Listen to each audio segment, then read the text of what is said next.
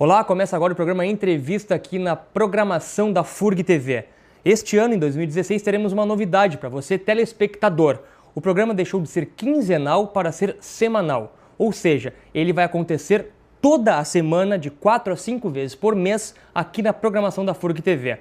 Ele deixou de ser às 7 horas da noite nas terças-feiras e passou a ser às 8 horas da noite. E quem vai dividir a apresentação comigo é o jornalista Franco Magroski. Bom, no primeiro programa do ano a gente teria que ter um convidado especial e temos aqui ao meu lado o psicólogo Pedro Borges, o amigo e psicólogo Pedro Amado Borges, para falar sobre muitas coisas, entre outras a psicologia. Pedro, muito obrigado por ter parado as tuas atividades e vir aqui conversar conosco no programa Entrevista. Eu que agradeço a possibilidade de estar aqui, né, se colocando um pouco. Eu acho fundamental o espaço para a gente poder dialogar, né. Estamos aí, sempre que possível. A gente conversava aqui antes de começar a gravar e o jeito que tu veio parar em Rio Grande, eu sempre achei que tu foste do Paraná, natural de Londrina. Muita gente acha isso, eu acho. Porque é uma referência, foi onde eu estudei psicologia, né? Exatamente. Como é que foi? Tu nasceu aonde? Como é que tu veio parar em terras rio-grandinas, Pedro? Tem uma bagunça aí. Eu costumo dizer que eu sou brasileiro nato, por causa justamente disso. Por um acidente geográfico, eu nasci no Rio de Janeiro. Tá? Digo um acidente geográfico porque com 45 dias de vida já tinha me mudado para Brasília. Tá? Fui criado em Brasília, quando estava com 5 para 6 anos. Morei um ano em Belém do Pará. Meus pais são jornalistas, né? Então tem um trânsito razoável no país. Voltamos para Brasília depois desse ano. Saiu de Brasília com 21 para fazer psicologia em Londrina. E com 29 saio de Londrina para vir trabalhar em Rio Grande. Né, em 2007, 7/7 de 2007, o dia que eu saí de Londrina para vir para cá. Ficou bem marcado, né?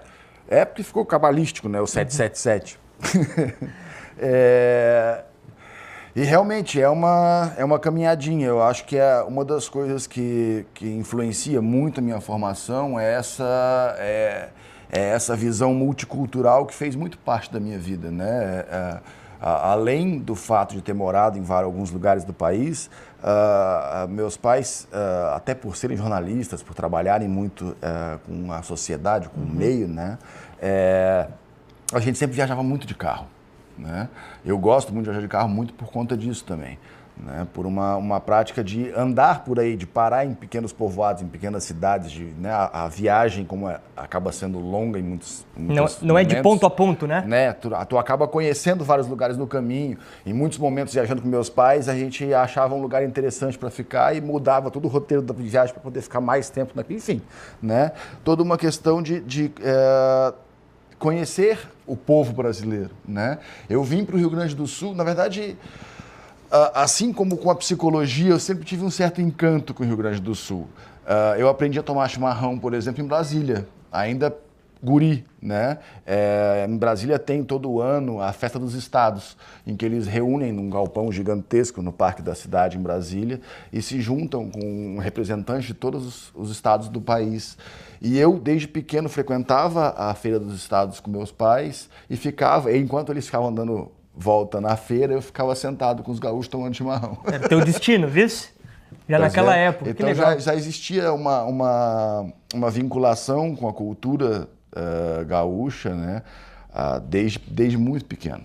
Tu já havia vindo aqui no Rio Grande do Sul antes de vir morar aqui ou não? Já por conta desse meu movimento de mudança, né? Porque, na verdade, eu me mudei para Rio Grande porque... estava num relacionamento em que ela estava fazendo pós-graduação aqui. Né? Ela se formou em Londrina e veio para Rio Grande 2 anos antes de mim, para começar o mestrado.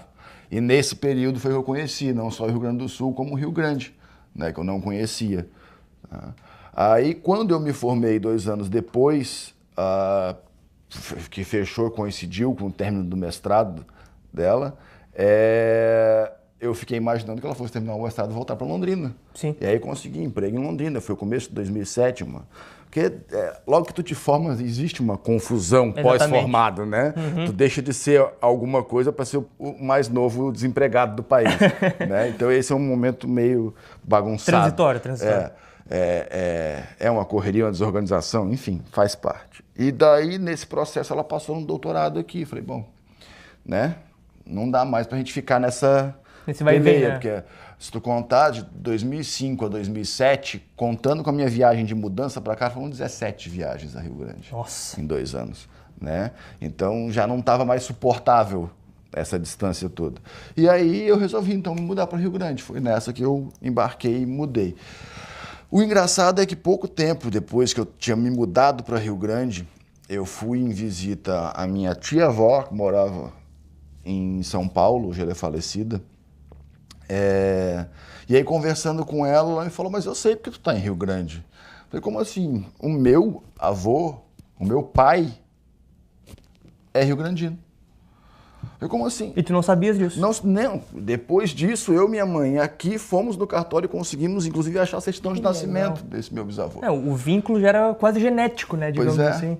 Pois é. Que loucura. Ele era filho de portugueses, nascido em Rio Grande. Pedro, a psicologia foi algo natural na tua vida? Tu, desde porque as crianças sonham em ser alguma coisa, né? Isso aí foi desde criança ou teve um processo longo a partir da infância, da adolescência? Como é que tu te enxergou e que, não, eu quero ser psicólogo, eu quero trabalhar com a psicologia nas mais diversas vertentes? Esse processo de escolha profissional, ele é bem delicado, né? O vestibular, ele impõe a gente essa decisão, acredito eu, muito cedo, às vezes muito cedo, em muitos exatamente. casos, né? Eu tive colegas de faculdade que passaram no vestibular com 17 anos. Eu, com 17 anos, não sei se teria tanta certeza quanto eu tinha aos 20, aos 19, 20, quando eu me decidi definitivamente pela psicologia. Na verdade, a minha decisão em fazer psicologia, ela passava muito por uma percepção minha de que eu gostava de observar o ser humano, né? Uma das coisas que sempre me chamou a atenção com relação a isso é a minha vontade, o tempo que eu conseguia gastar, inclusive, simplesmente como observador do movimento social, da interação humana, né? Eu sempre gostei de ser o amigo que gosta de ajudar, de estar no suporte, estar preocupado com a turma, com o envolvimento, né? Com aquela questão de organizar a festa, escolher as pessoas para poder ter uma festa legal, conseguir selecionar pessoas que tenham um convívio agradável durante aquela noite. Enfim, todo esse tipo de olhar, esse tipo de pensamento já era bastante intenso na minha adolescência. E aí, quando eu comecei a ter que me decidir em um curso para a universidade, não foi muito difícil, claro, né? Quando eu olhei para a psicologia, ter esse olhar. Um outro fator que faz parte muito que sempre existiu, né, principalmente da minha mãe, uma preocupação muito grande com o desenvolvimento, né? Eu venho de uma família de intelectuais, a gente sempre teve um estímulo muito grande à leitura, ao diálogo, à discussão extremamente importante, né? Teórica mesmo das coisas, né? E então, dentro desse processo também, eu fiz terapia de diversas linhas diferentes, individual e em grupo, um período razoável da minha vida, uns 10 anos, entre o final da infância e adolescência e o ingresso na universidade, né? E depois de fazendo psicologia, eu voltei para a terapia mais no meio do curso também, porque eu também acho que foi fundamental dentro do processo da construção profissional, né? Então também existia um vínculo muito grande com o atendimento psicológico, com o processo de terapia, né? Então tinha toda uma identificação de um desejo de conhecimento do outro, né? De estudo, de observação desse outro, e existia um processo de conhecimento meu também por conta desse tempo todo de terapia, né? Que me permitiu, em alguns momentos, não ser tão rígido com muitas coisas. Uma das coisas que para mim é muito característico e é muito necessário na minha atuação é que eu não gosto de ser um psicólogo tradicional. Uhum. A formalidade excessiva da psicologia, em muitos momentos, me incomoda. Eu não gosto de definir demais o ser humano, porque eu acho que isso violenta o sujeito e impede que ele seja outras coisas além do que tu está vendo. Então, tem uma construção desse processo também que é muito derivado desse histórico, né? De ter essas referências e experiências dentro de vida, né? E da própria psicologia, né?